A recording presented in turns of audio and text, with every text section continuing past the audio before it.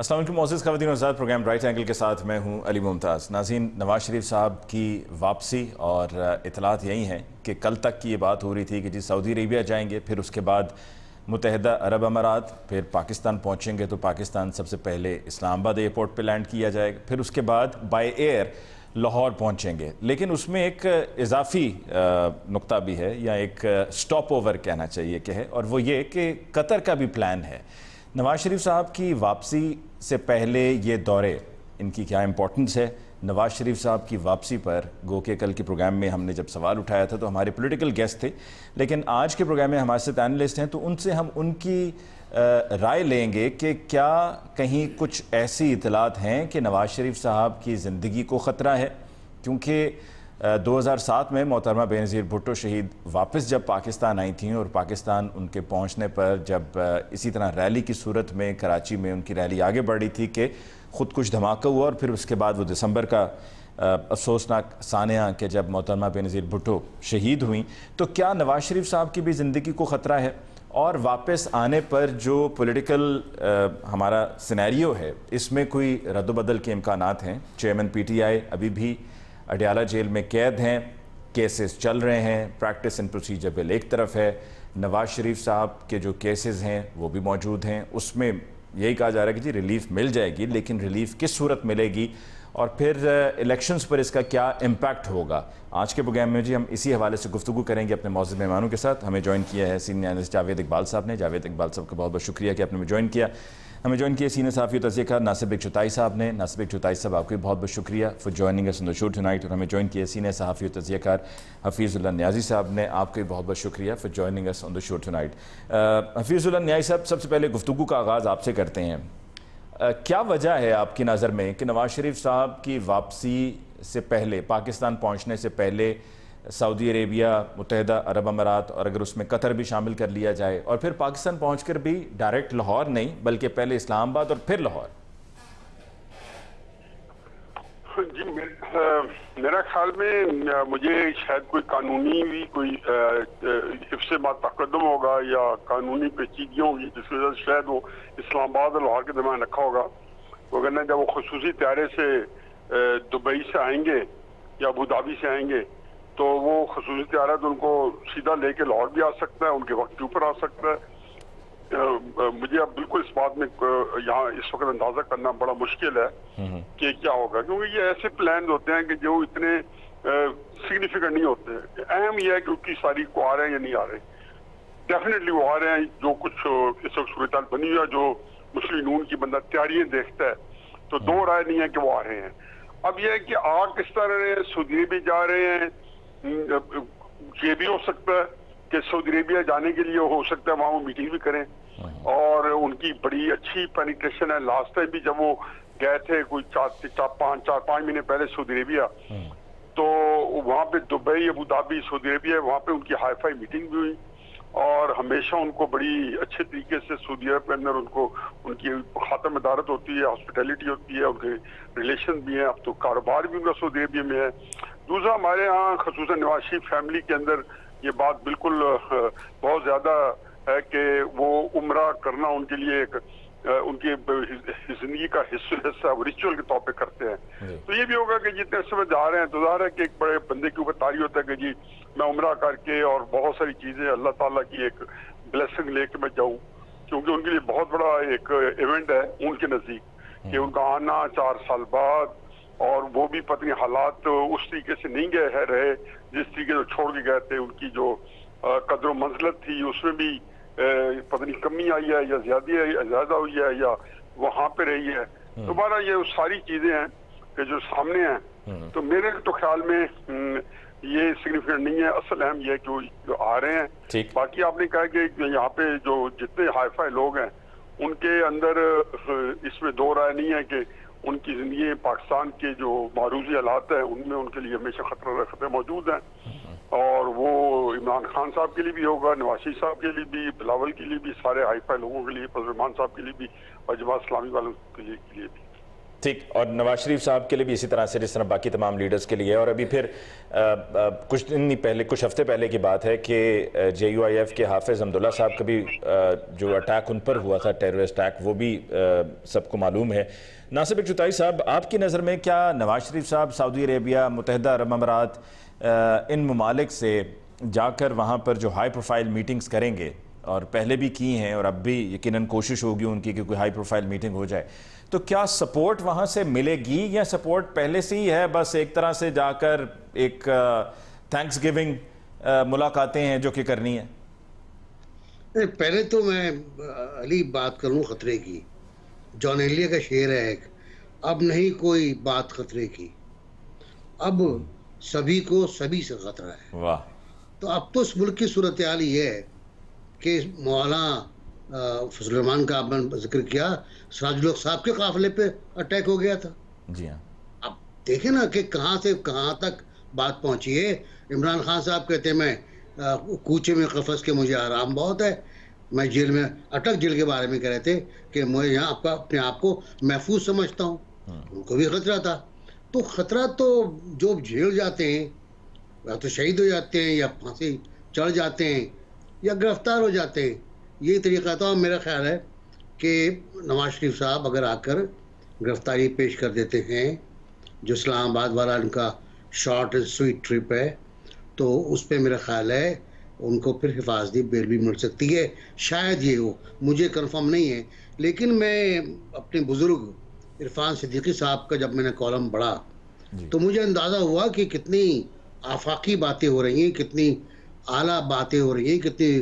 ایک اور کالم میں نے پڑھا، اس میں انہوں نے کہا کہ یہ تو عنقا ایک پرندہ ہوتا ہے جو ہر 500 سال کے بعد جل جاتا ہے، پھر جلنے کے بعد اس کے راکھ سے انڈے بنتے ہیں اور پھر پیدا ہو جاتا ہے. وہ نواز شریف تو وہ ہیں.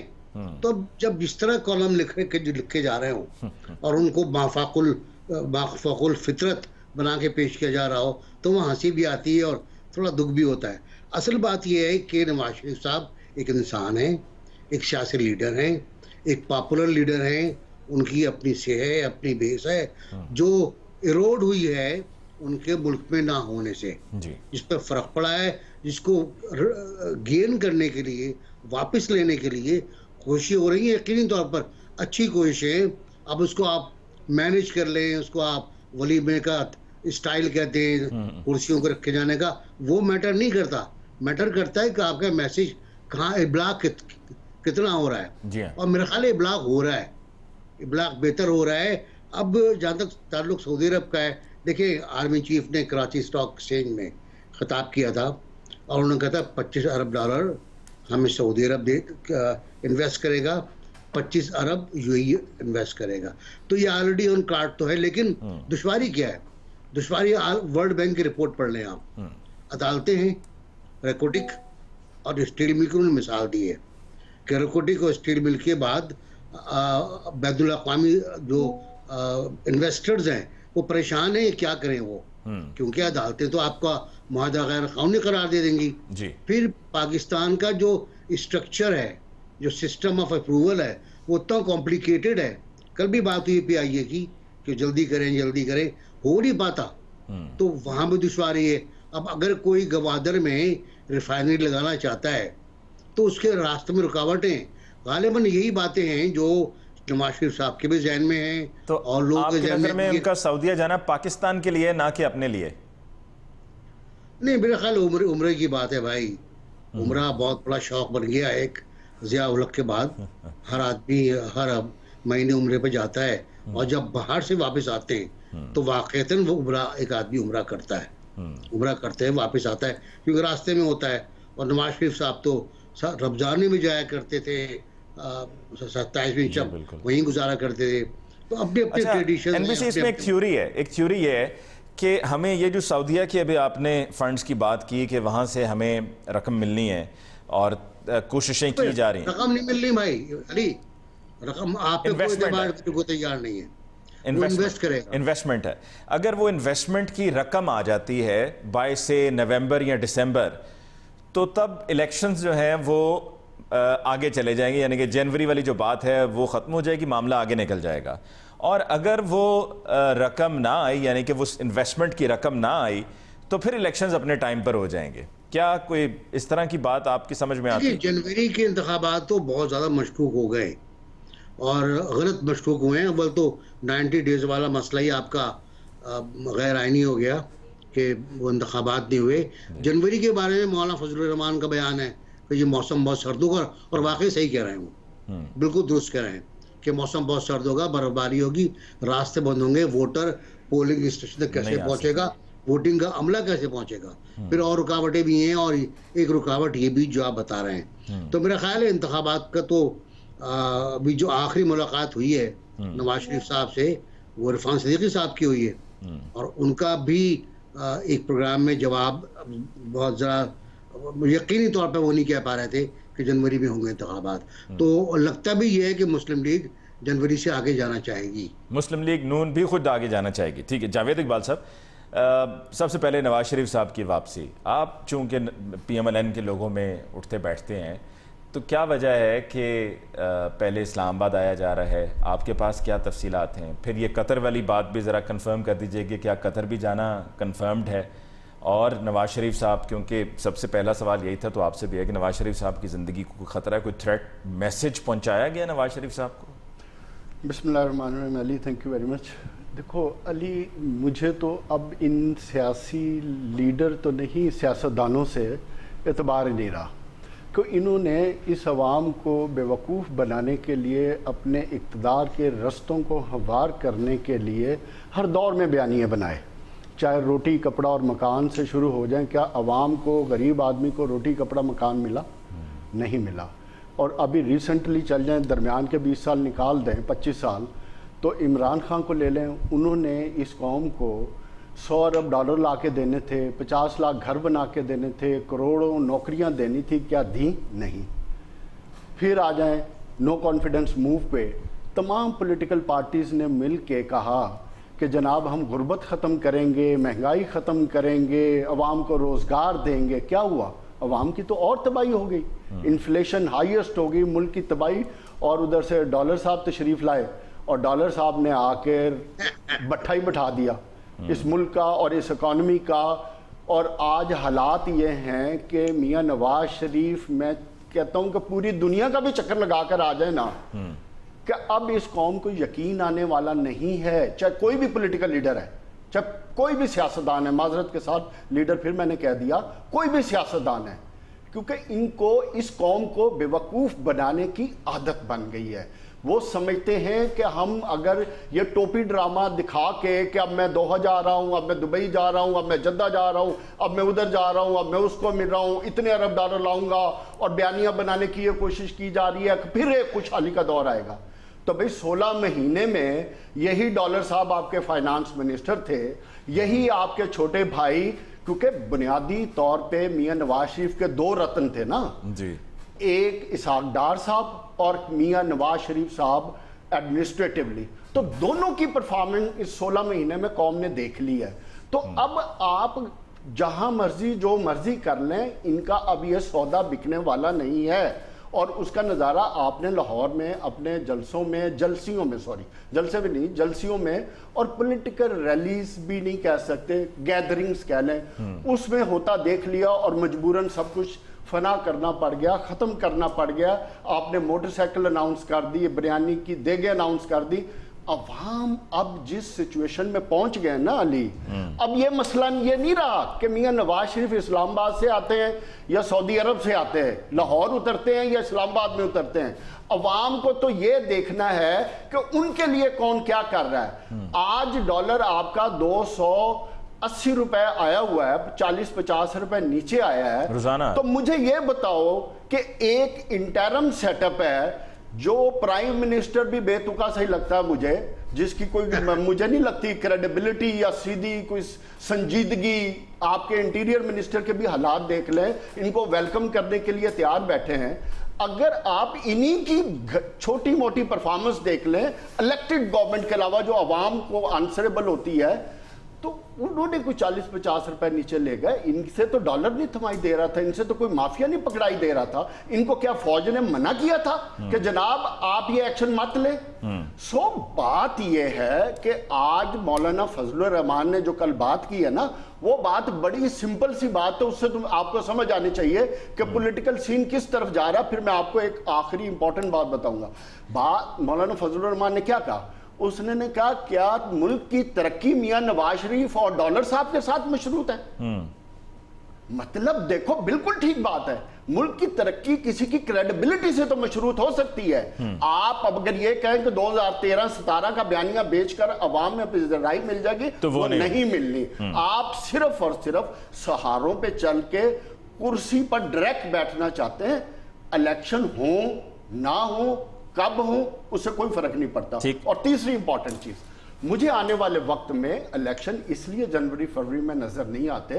पिछले दिनों एक इस्लामाबाद में मीटिंग हुई है जिसमें आर्मी चीफ ने बड़ी क्लियर 3 बातें कही हैं और तीनों की बड़ी स्ट्रेट फॉरवर्ड टाइमलाइन के साथ डायरेक्शन दी है कि पीआईए को दिसंबर तक हमने ऑफलोड करना है। ठीक है। उसके बाद पावर कंपनीज को 30 जून तक ऑफलोड करना है। और तीसरी इंपॉर्टेंट चीज उन्होंने कहा कि जितने ट्रेडर्स हैं पाकिस्तान में उन सब पे टैक्स लगाएं। अब मुझे बताओ कि एक क्लियर डायरेक्शन मैंडेट के साथ दी जाती है और इस दौरान आप कह रहे हो इलेक्शन करा दो। ये बातें आपकी सब ठीक है, लेकिन कुछ मेरे पास ऐसी तफसीलात हैं निगरान वज़ीर आज़म को लेकर, वो मैं वक्फे के बाद शेयर करूंगा, कि जिससे लगता है कि वो भी कुछ कंफ्यूज हैं कि पता नहीं क्या होना है। किस तरह से कंफ्यूज हैं, कौन सी ऐसी बात उन्होंने कह दी जिससे लगा कि वो कंफ्यूज हैं, ये मैं तफसील आपके सामने रखूंगा और मेहमानों से फिर उनकी राय भी लूंगा एक ब्रेक के बाद।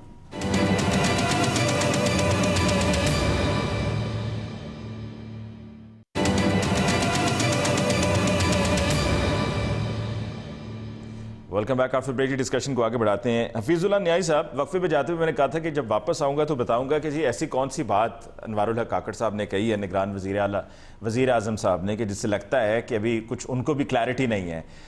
जब अभी वापस आए तो जाने से पहले वो किसी को अपने साथ एक बतौर एडवाइज़र तैनात करना चाह रहे थे और काफ़ी इसरार भी किया जा रहा था कि जी आप हमारे पास बतौर एडवाइज़र आकर पीएम ऑफिस में बैठना शुरू कर दें और वो तमाम मराद जो आपकी बनती हैं वो भी आपको मिलेंगी। जब वो वापस आए तो उन साहब ने पूछा कि क्या वो ऑफ़र अब भी वैलिड है या नहीं, तो उन्होंने कहा जी मुझे तो भी पता नहीं है, अभी 20-25 दिन ठहर जाओ। और साथ में शायद उनको कुछ झाड़ भी पड़ी है कि जहाँ पर ये कहा गया है कि आप इमेज बिल्डिंग के लिए आए थे, आप तो इमेज टार्निश कर रहे हैं। मुझे अब देखें जी, ऐसी बातें जो कि जिनका ऑथेंटिक नहीं है मैं उस पर तो कमेंट नहीं कर सकता हूँ क्या एक्चुअल क्या सिचुएशन है क्या नहीं है, लेकिन जनरल चीजें हैं जी। देखें बात यह है कि मुझे नहीं जो अब पता है डिस्कशन कहाँ निकल गई है और अब हमने इसको कहाँ कंक्लूड करना है। देखें इस वक्त क्राइसिस पाकिस्तान का है ना, मेरा तो उसमें बिल्कुल अपना एग्जैक्ट है। मेरी परसों या पत्नी एक दिन पहले हमने वहां पे परसों रात को वज़ीर आज़म ने एक खाने किया हुआ था जिसमें पाकिस्तान के सारे मारूफ और कई नामवर जो एंकर थे या प्रिंट और इलेक्ट्रॉनिक मीडिया के लोग थे वो इकट्ठे थे। तो मैंने तो वज़ीर आज़म से कहा था कि अगर आप इलेक्शन अब नहीं करा सके ना तो आप फरवरी में कैसे कराएंगे, मतलब अब क्यों नहीं करा सक रहे हैं। तो जो चीजें अब माने हैं तो मुझे नहीं लगता कि जनवरी फरवरी के अंदर वो जो रुकावटें हैं वो दूर हो जाएंगी। पहली बात। दूसरी बात ये है कि देखें ये जो हम पता नहीं हमें समझ नहीं आती कि ये जो इकोनॉमी है इसका ताल्लुक ना इमरान खान से ना पीडीएम की गवर्नमेंट से है और ना इसका ताल्लुक निगरानों से है, ना इसके बाद अगर नवाज शरीफ साहब आ जाए या इमरान खान साहब आ जाए तो इसको लेके चल पड़ेंगे। एक अजीबोगरीब कॉम्प्लिकेटेड सिचुएशन है। इसमें ये जरूर है कि जनाब बाजवा साहब ने और उससे पहले राहील शरीफ साहब ने पाकिस्तान में जब रियासत को बचाने आए थे, और मैं कहता हूं कि अल्लाह ताला इनका हिसाब किताब होगा, जब सियासत को जो है सियासत नहीं जो क्या रियासत बचाओ, तो उस रियासत को बचाते बचाते वो किस लिए बचाने आए थे। फिर उसके बाद जो तमाशा पाकिस्तान में हमने देखा 2015 से लेके 2018 तक, पैनामा के नाम पे एक मुंतखब हुकूमत इलेक्टेड प्राइम मिनिस्टर को 5 जजेस जो हैं वो घर भेज देते हैं। फिर उसके बाद अब ये तस्वीर करते हैं कि मुल्क इक़्तिसादी तौर पे तरक्की करेगा। دیکھیں جو تاریخ کا میرا مطالعہ ہے, جو میرے سامنے انسانی تاریخ ہے, چاہے وہ 250 سال کی ماڈرن نیشن ہسٹری ہے یا پریونٹیو جو ہے ڈاکومنٹ ہسٹری ہے 3000 سال کی, میں نے ایک ملک نہیں دیکھا جو سروائیو کر سکو, سسٹین کر سکو, جہاں پہ آپ سیاسی حد میں استحکام پیدا کریں. یہ ہر 7-8 سال بعد ہم 0 پوائنٹ پہ ہوتے ہیں, آج پھر ہم 0 پوائنٹ پہ ہیں. سوال کیا ہو رہا ہے میرے اوپر جب میں پبلک میں جاتا ہوں اور وہ یہ سمجھتے ہیں کہ شاید میرے پاس کا جواب ہو, کہتے ہیں جی کہ پاکستان جو ہے وہ بچ پائے گا, فلانا بندہ جو ہے اس کا کیا بنے گا, نظام پاکستان کا کون سا ہوگا, سردارتی ہوگا یا کیا ہوگا. وزیر اعظم کے صاحب کے پاس بھی یہ ڈسکشن ہوتی رہی کہ آیا ایک ملک کے اندر آئین قائم ہے, کسی کو یہ نہیں پتا فیڈریشن ہے, کسی کو یہ نہیں پتا کہ آئین سے جو معاملہ تجاوز کیا تو اسے کیا کانسیکوینسز ہے. دیکھو اس کا جو ذمہ دار ہے عمران خان صاحب جو ہے اس کو میں بالکل نہیں کھڑاتا ہوں, لیکن عمران خان صاحب جو ہے وہ سب سے بڑے مورے تھے جب اس ملک کے ساتھ کھلواڑ کیا گیا تھا, جب اس ملک کی جو جس کو کہنے استحکام پولیٹیکل انسٹیبلٹی لائی جا رہی تھی, تو یہ کس کو استعمال کرتے ہیں, اس کے بعد شہباز شریف مورا بن گئے. میری بلا سے تو یہ سارے کے سارے جو ہیں جب تک سیاستدان کبھی طے کر لیتے, جس کا لیٹ ہو گیا کر بھی لیں تو کوئی فرق نہیں پڑتا کہ اس ملک کو چلانا ہم ہی نے ہے مل کے, نہ ہم نے کسی ایک کے ہاتھ میں کھیل کے دوسری کو طے کرنا ہے. آپ دیکھیں کہ آپ نے نواز شریف صاحب کی مقبول سیاست جو ہے زمین بوس کی, یہ دسمبر 2021 میں عمران خان کہاں تھا جب ساری عیسائی تحریک صاحب نواز شریف صاحب سے ٹکٹ لینے جا رہی تھی. آخر وہ سارے وسائل ہوئے کہ جس کی وجہ سے ان کو ہر طریقے سے آپ نے پولیٹیکلی زیرو کیا. اس کے بعد یہ جو ہے یہ جزوی چیز ہے اقتصادیات.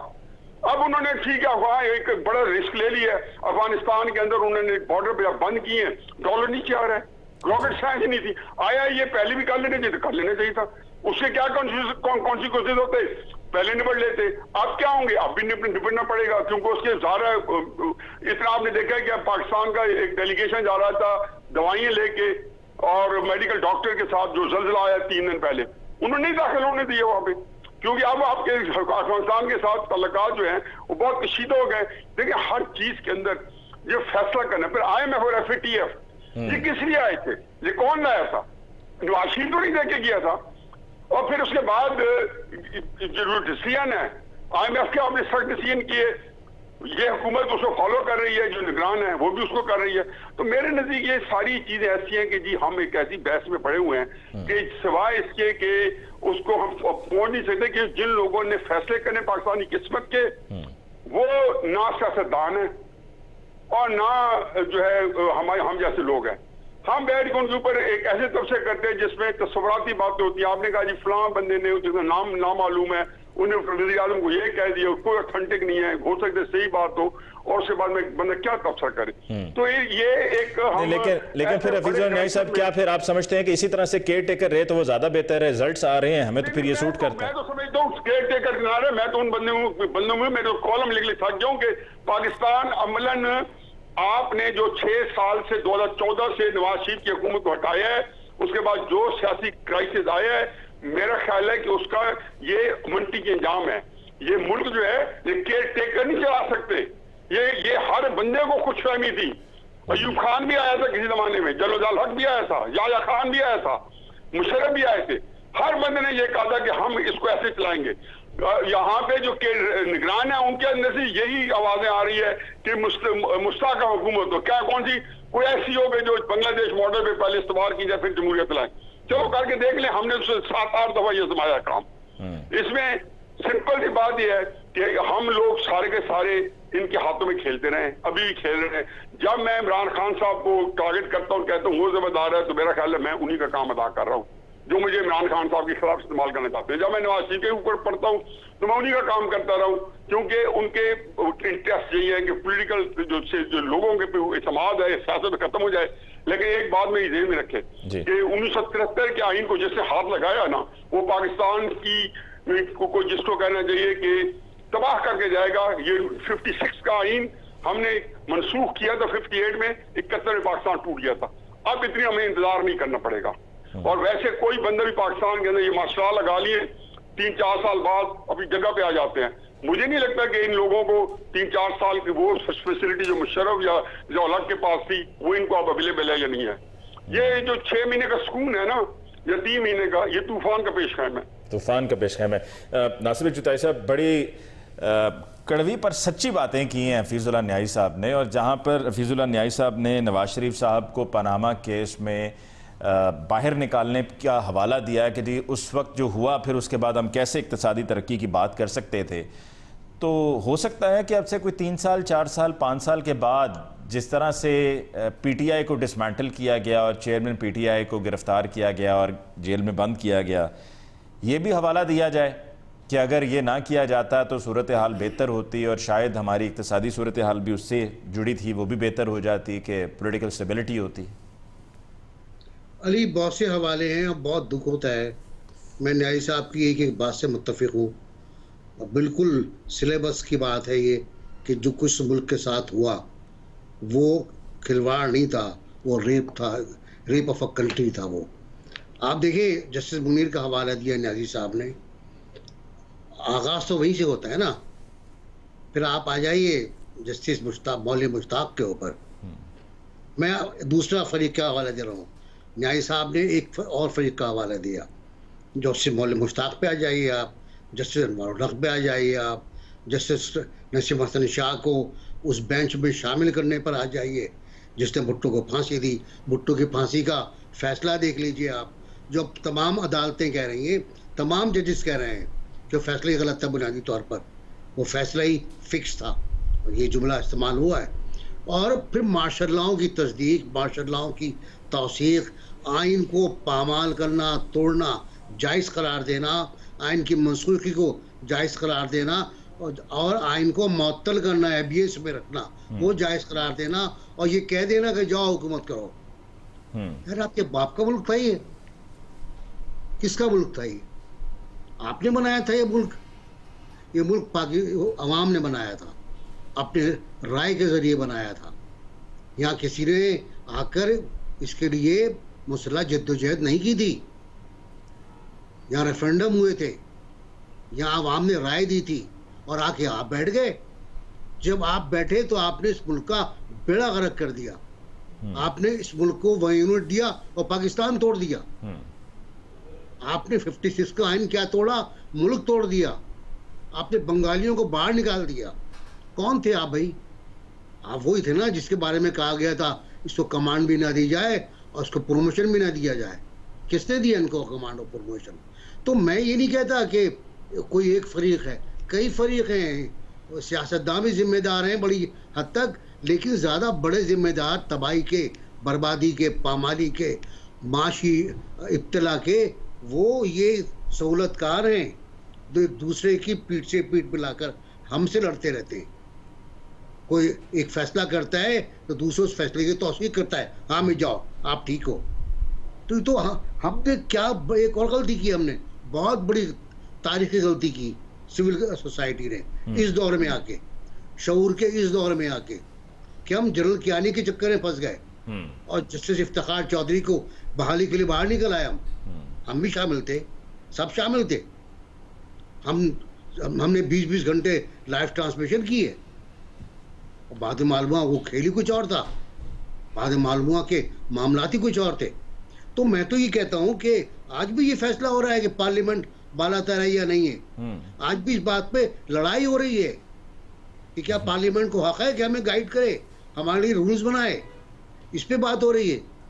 ارے بھائی خدا کا خوف کرو, پڑوسی ملکوں میں دیکھ لو وہاں کی رائے کیا ہے, وہاں پارلیمنٹ کس طرح چلتی ہے, وہاں لیکن اس پر بھی تو اعتراض ہوتا ہے نا. اب کل ایک حوالہ دیا گیا نیو جرسی کی عدالت کا حوالہ دیا گیا, تو اس پر کہا گیا کہ جی اب آپ ہمیں نیو جرسی کی عدالت کا تو حوالہ نہیں. میں آپ کو 8 ججوں کا 8 مہذب ملکوں کی کورٹس کا حوالہ دے سکتا ہوں. امپیچمنٹ آف اے جج کیسے ہو سکتی ہے وہ بتا سکتا ہوں میں آپ کو, اور وہ سب پارلیمنٹ کا اختیار ہے, وہ سب پارلیمنٹ کا اختیار ہے. آپ انگلینڈ چلے جائیے, امریکہ چلے جائیے, ہندوستان چلے جائیے, بیلجیم چلے جائیے, آپ ڈنمارک چلے جائیے, سویڈن چلے جائیے. اپوائنٹمنٹ اینڈ امپیچمنٹ کس کا اختیار ہے؟ آپ یہاں بحث کر رہے ہیں کہ پارلیمنٹ رولز نہیں بنا سکتی.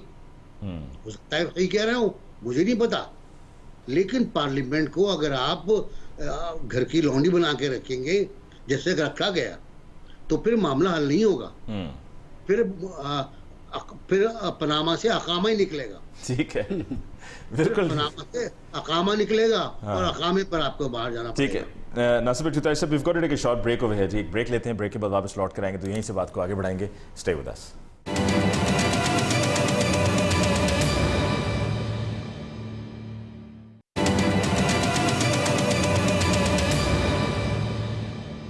वेलकम बैक आफ्टर ब्रेक जी। डिस्कशन को आगे बढ़ाते हुए जावेद इकबाल साहब, बात नवाज़ शरीफ साहब की वापसी से शुरू हुई थी और फिर उसके बाद नवाज़ शरीफ साहब की वापसी को लेकर जो उससे जुड़े फैक्टर्स हैं, जिसमें आपने बात को उस तरफ ले गए कि जहां पर आपने मईशत की बात की और आपने कहा कि जिन तमाम सियासतदानों से हम क्या एक्सपेक्ट करें। आपने कहा मैंने लीडर्स भी नहीं कहता। उस पर फिर आपने हफीज़ुल्लाह न्याई साहब की भी राय सुन ली कि माजी में क्या होता रहा है और केयर टेकर भी अगर ये समझते हैं कि जी केयर टेकर निज़ाम चलाया जा सकेगा तो ये वो जनरल अयूब का, जनरल ज़ियाउल हक का वो वाला दौर नहीं है। Things have changed, times have changed. और फिर नवाज़ शरीफ साहब को जो जिस तरह से निकाला गया, अभी नासिर चुताई साहब ने भी ये कहा कि जी उसमें से पनामा में से अकामा निकला। तो देखो बात पता क्या है, बात यह है कि जब 1973 का आइन है जिसको हम कहते हैं साइड पे रख दिया गया, मैं ये समझता हूँ कि इसको इररेलेवेंट रखा गया, उसको रेलेवेंट अपनी मर्जी और ख्वाहिश के मुताबिक किया गया जब ज़रूरत हुई, वरना उसको तो एक किताबचे के तौर पर लिया गया। उस पर तो अमल दरामद तो बड़ी दूर की बात है। और बदकिस्मती ये है कि ना हमारे ये जो जिस लौंडी का जिक्र हुआ है उसने कभी इस पे तवज्जो दी, ना जिन्होंने लौंडी बनाई उन्होंने तवज्जो दी। तो मसला तो 2023 में सबसे बड़ा ये है कि अब वो दौर ख़त्म हो गया जहां लौंडियाँ बनती थीं या बनाई जाती थीं।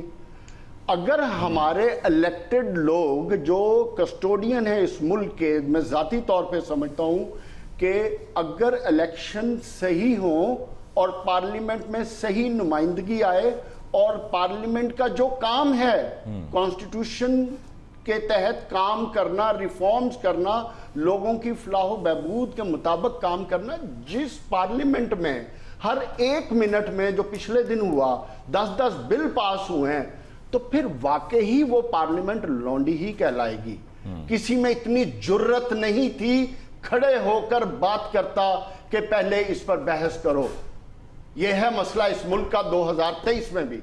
और आप मेरे से ये उम्मीद करें और मैं ये कहूं कि ये जमहूरियत बहुत अच्छी है, ये लोग बहुत अच्छे हैं, मेरा सर्वाइवल इन्हीं के साथ है, माजरत के साथ। मेरा इन लौंडियों के साथ इस मुल्क का सर्वाइवल नहीं हो सकता। आमरीत के साथ सर्वाइवल है? आमरीत के साथ भी नहीं हो सकता। इस मुल्क के साथ सर्वाइवल उसी वक्त होगा जब अवाम के हकीकी रिप्रेजेंटेटिव आएंगे। यहां तो कंट्रोल्ड है हर चीज मैनेज होती है। हम उनको बुरा भला कह रहे हैं, सवाल यह है कि उनके पास जाता क्यों है? आप जाते क्यों हो? गेट के बाहर लाइनें क्यों लगाते हो? पर्चियां क्यों भेजते हो? ख्वाजा आसफ क्यों मिलते रहे?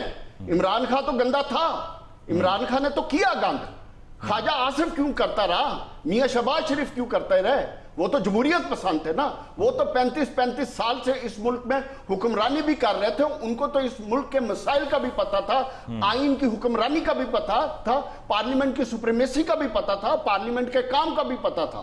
उनको तो यह भी पता था कि जो एस्टेब्लिशमेंट है वो क्या काम करती है। फिर ये क्यों जाके मिनटे तरले करते रहे कि जी हमारी जान छुड़ाए? क्यों नहीं मियां नवाज शरीफ जब इनको पिट रहा था कि इस हुकूमत को 5 साल पूरे करने दो, तो आपने क्यों नहीं मानी?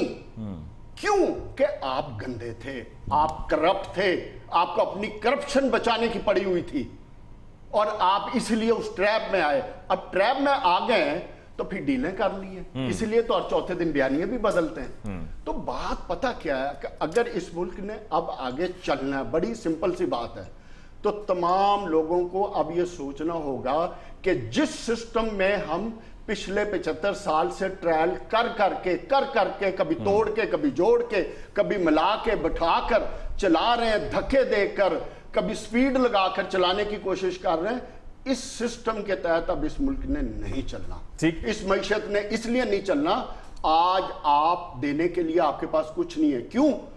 आप करंट अकाउंट डेफिसिट में भी फंसे हुए हो, डेट ट्रैप में भी फंसे हुए हो।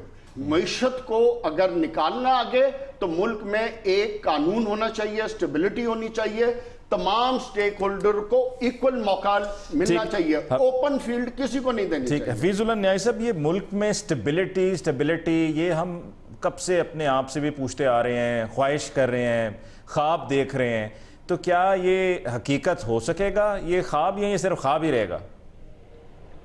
असल में जी हमारी बदकिस्मती ये है कि हमें हमारा जो कन्फ्यूजन है ना वो हमारी क्वालिफिकेशन है, हम उसके ऊपर इतराते भी हैं और उस नूर बसीरत को हम भी करते हैं। देखिए मुझे ये बताएं कि पाकिस्तान की हिस्ट्री हमारे सामने नहीं है। ख्वाजा नाज़मुद्दीन साहब को जिस तरीके से बेईमाना तरीके से घर भेजा गया उसको एक तरफ रखें, मोहम्मद अली बोगरा से लेके शहबाज शरीफ तक या अनवारुल हक काकर तक एक वज़ीर आज़म बता दे जो कि एस्टेब्लिशमेंट की दखल अंदाजी के बगैर, जो उसके मर्जी के बगैर उसे आया हो और उसकी मर्जी के बगैर मर्जी की उसे को निकाला ना हो। एक वज़ीर आज़म पाकिस्तान की तारीख है 22 से 23 से 24 वज़ीर आज़म जितने भी हैं, अब तो गिनती करना मुश्किल है क्योंकि निगरान भी आ जाते हैं उसमें, एक बता दें जिसको ना लाई हो। ये बैठे हमारे बड़े मुदब्बर अब दानिशवर दोस्त बैठे हैं, ये बता देंगे फलां वज़ीर आज़म था जिसको अवाम लाई थी। अब हर एक का मैनिपुलेशन है, कहीं कम या ज्यादा, कहीं डायरेक्ट भर्ती हुई है, कहीं इनडायरेक्ट। बाकी ये जो हमने अपने तौर पे कुछ टैबोस बना रखे हैं उसकी फलानी वजह है, मैंने अपने बनाए हुए हैं, आपने अपने बनाए हुए हैं, हमारे दोस्तों ने अपने बनाए हुए हैं, मुझे उसमें कोई गर्ज नहीं है। तारीख हमारी सिंपल है, जो बंदा पार्लियामेंट के खिलाफ बात करता है मेरे लिए स्टैटिक आए शोर है। हम जमहूरियत के डायनामिक्स समझते नहीं है, उसकी खराबियां हैं पूरी दुनिया में है। कौन नहीं जानता कि मोदी ने जो बिल बनवाया इंडिया में बनवा लिया है, लेकिन वहां पे क्या चीज है जिसमें मोदी की हुकूमत को जो है वो आसमान में बिठा दिया। इंडिया को जो है पिछले 30 सालों में वो वर्ल्ड पावर में बनी है। स्टेबिलिटी, सियासी इस्तेकाम, मुशगाफियां नहीं, दूर की कोड़ियां नहीं, सियासी इस्तेकाम। चीन किस लिए दुनिया में पहुंचा है? करप्शन में इंडिया और चीन जो है मिसाल में देता था कि हम इनका शहशीर भी नहीं है। किस लिए आसमान में पहुंचे हुए हैं? Political stability. सऊदी अरेबिया कहां पहुंचे हुए हैं? ये गल्फ कंट्रीज कहां पहुंचे हुए? सियासी इस्तेकाम। यूरोप कहां पहुंचे हुए? सियासी इस्तेकाम। हम उसको मैं शिकाफियां पढ़ जाऊं कि जी वहां डिक्टेटरशिप है। मैं तो कहा भाइयों आपने यहाँ पे 5 दफा डिक्टेटरशिप लाए हो, उसी से हमें स्टेबिलिटी दे देते। और जो पाक की तरह कोरिया का जो 1960 में आया था, जब 1980 में कत्ल हुआ तो कोरिया दुनिया की जो डेवलप कंट्री में शामिल हो चुका था, साउथ कोरिया। अब मैं क्या, हमें सारी चीज हमारे सामने है, ये हम पड़े हुए हैं कीड़े निकालने के लिए। वो फलाने ने फलां की, फलाने भाई हमेशा पार्टियों के अंदर गुंजाइश कम होती है, पाकिस्तान में कुछ से ज्यादा है। लेकिन आप ये देखिए वहां पोजीशन बैठी होती है जो आपकी जान की दुश्मन होती है। आप बहुत सारे बिल नहीं मंजूर करवा सकते। आपने सऊदी अरब फौज भेजनी थी, पार्लियामेंट ने रिफ्यूज कर दिया। हालांकि हमारी फौज में बड़ा प्रेशर था अमेरिका का कि सऊदी अरब फौज भेजो, हमने नहीं भेज सके। देखो पार्लियामेंट के अंदर जो है ना, पार्लियामेंट की जो बेतौकीरी है ना, इस तरीके करना, वो जी लौंडी है। मैं नहीं इन बातों से मुतफिक, क्योंकि मेरे सामने ना होती तो मैं अपने मोहतरम दोस्त के बारे में कमेंट ना करता। क्योंकि मेरी मौजूद में बात हुई है तो मैं इसको समझता हूँ कि इससे मुझे तकलीफ होती है कि जब मैंने सत्ता पे हम गिर जाएं, क्या हम कहेंगे क्योंकि आर्टिकल 251 कहते हैं उर्दू को जो है 1988 से उर्दू नाफिज हो जानी चाहिए थी, क्योंकि आर्टिकल 251 के ऊपर ख्वाजा जवाद साहब का एक डिसीजन सुप्रीम कोर्ट का कि उसको फौरन लेटर सुप्रीम कोर्ट नाफिज कर नहीं किया तो आइन बर्बाद हो गया। भाई आइन इस तरीके से बेशुमार अंडरमाइन हुआ है, मुशर्रफ को फांसी नहीं लगी, आइन अंडरमाइन हुए। चलो ये जितना गुंजाइश रख लेते, बाकी को छोड़ देते ना तो मुल्क तबाह न होता। बिल्कुल सियासी जमात को उठाते हैं, सियासत नहीं रियासत बचाओ, पार्लियामेंट नहीं फलां चीज बचाओ, ये चीजें मेरे तो ऊपर बड़ी ग्रां गुजरती है। बाकी अल्लाह ताला करे कि ये सारे दोस्तों अल्लाह करे जी। नासिर बिगचुताई साहब closing comment from you sir. को कुछ मिल जाए जी। नासिर बिगचुताई साहब closing comment from you sir. देखिए जी, मैं 50 साल से जर्नलिज्म कर रहा हूँ, तकरीबन 50 साल हो गए। मैं आज भी बुरी जमहूरियत को, बुरी पार्लियामेंट को अच्छी आमरीत के मुकाबले में बेहतर समझता हूँ। डेमोक्रेसी कितनी बुरी हो, पार्लियामेंट कितनी नालायक हो, वो एक शख्स के फैसलों से बेहतर फैसले कर सकती है, करती रही है। यही पार्लियामेंट ने जिसने आइन बनाया था, दस्तूर बनाया, और एक बार नहीं कई बार बना के आपको दिया। इसी ने आपको ह्यूमन राइट्स का तहफ़्फ़ुज़ करना सिखाया। अब आप नहीं करते हो अलग बात है, अगर आप वोट देने नहीं जाते वो अलग बात है। अगर आप वोट मैनेजमेंट कराते हैं, प्री पोलिंग रिगिंग कराते हैं, आप अपने लोगों को मुकर्रर करके डब्बे भरने के लिए लोगों के रास्ते बंद करते हैं, लोगों को जेलों में डाल देते हैं, तो वो अलग बात है ना। और वो करने के लिए मैं फिर वापस जाऊंगा, जो हवाला दिया न्याय साहब ने, मैंने भी जैसे मुनीर का हवाला दिया था वही मैं हवाला दूंगा। आगाज़ वहीं से हुआ है इस प्रैक्टिस का जो अब तक हो रही है कि लोग को, हुकूमतों को तबाह करो, बर्बाद करो और अपना ठेंगा सर के ऊपर रखो, अपना ठेंगा सर पर रखो, पार्लियामेंट को अपने पैरों के नीचे रौंदते रहो। यही क्यों हुआ था ना, सिकंदर मिर्जा ने मार्शल लगाया और ये फाने का तुम भी जाओ, तुम भी घर जाओ। वहाँ से भाई शुरू हुआ है ये, वहाँ से रुकते आप अगर रोक सकते थे। अब तो चल रहा है, अब तो इसके लिए आपको एक लंबा प्रोसेस चाहिए, मुस्तकिल जमहूरियत चाहिए, कितनी ही बुरी क्यों ना हो, पार्लियामेंट कितनी ही बुरी क्यों ना हो, आइन कितना ही बुरा क्यों ना हो, ये 3 चीज़ें चाहिए और कोई नहीं चाहिए। ठीक, closing comment from you Javed Iqbal साहब। ये हमारी अच्छी ख्वाहिश है, होना भी चाहिए और मैं दुआ करता हूँ ऐसा हो, मगर होता हुआ मुझे इसलिए नज़र नहीं आता। आज भी पॉलिटिकल पार्टीज़ वही काम कर रही हैं जो माजी में हो रहा था। आज भी पाकिस्तान मुस्लिम लीग एक पॉलिटिकल पार्टी को डन एंड डस्टेड कर रही है, ग्राउंड ज़ीरो करने की कोशिश कर रही है। आज क्यों नहीं फिर आवाज़ उठाती ये जितनी पॉलिटिकल पार्टीज़ हैं, पार्लियामेंट की सुप्रीमेसी और जमहूरियत के नाम पर और आइन के नाम पर आवाज़ क्यों नहीं उठाते कि आज सबको खुला इलेक्शन मिलना चाहिए और टाइम पे मिलना चाहिए। आज ये सियासी जमातें क्यों नहीं बात करती कि 73 के आइन के मुताबिक 90 डेज में इलेक्शन होने चाहिए थे, इलेक्शन क्यों नहीं हो रहे हैं, आज डिले क्यों कराया जा रहा है? इसलिए कि एक पॉलिटिकल पार्टी कमज़ोर है और एक अवाम में मजबूत है, उसकी कमज़ोरी का इंतज़ार किया जा रहा है। अगर यही आपने हीले बहाने तलाश करने हैं तो फिर मैं माजरत के साथ, मुझे ऐसी जमहूरियत और ऐसे आइन का मैंने क्या करना है जिसको लूला लंगड़ा हम जमहूरियत वाले लोग खुद कर रहे हैं। वो सियासतदान जिनको मैं कस्टोडियन कह रहा हूं, जमहूरियत और आइन के मसाइल के नाम पर सियासत करते हैं, मईशत के नाम पे सियासत करते हैं, पार्लियामेंट के नाम पे सियासत करते हैं, जमहूरियत के नाम पे सियासत करते हैं और इसी को इस्तेमाल करते हैं। और जब आइन की बात आती है तो आइन में बहाने तलाश करते हैं। दो सूबाई असम्बलियों के इलेक्शन आपने 90 डेज में क्यों नहीं करवाए? उस वक्त की हुकूमत क्या जमहूरी हुकूमत थी ना, पार्लियामेंट बहुत सुप्रीम थी, तो उस सुप्रीम पार्लियामेंट ने, सुप्रीम ने क्यों नहीं काम किया? अब 90 डेज से इलेक्शन आगे जा रहे हैं और किसी को नहीं पता कि जून के बाद होने हैं या कब होने हैं इलेक्शन, तो ये क्यों खामोश बैठे हुए हैं, क्यों नहीं बात कर रहे हैं?